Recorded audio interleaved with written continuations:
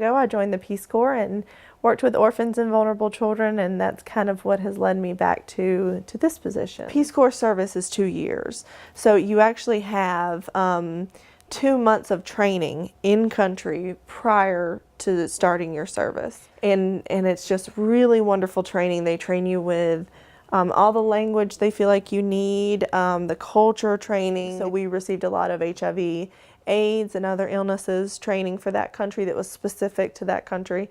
And then we had a great deal of language. So my primary language was Afrikaans, which is what almost everyone in the region that I was in can speak. The local tribal language with the children that I was working with is called Nama, and it's actually a click-based language.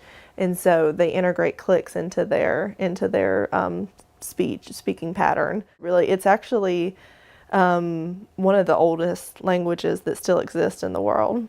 Can you give me an example of a phrase or something that's most often said there? So like the greeting is, so you'll say, if it's, how are you, I'm good. The greeting is matisa, which means how are you?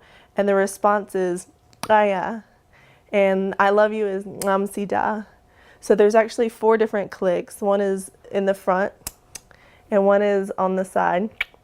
And then there's 2 that, and they can do it very loud.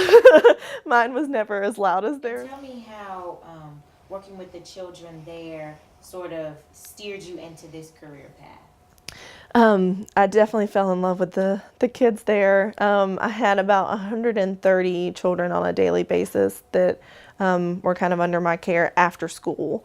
And we had a soup kitchen for them, and then we had an after-school program to help learn English and life skills and other things to try to keep them safe and out of harm's way.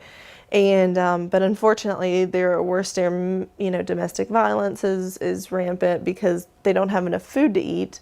So a lot of people make their own and drink a lot of alcohol that they've made at home, which causes problems. And then there's a lot of domestic violence in the area. So with the against the kids, with within the families.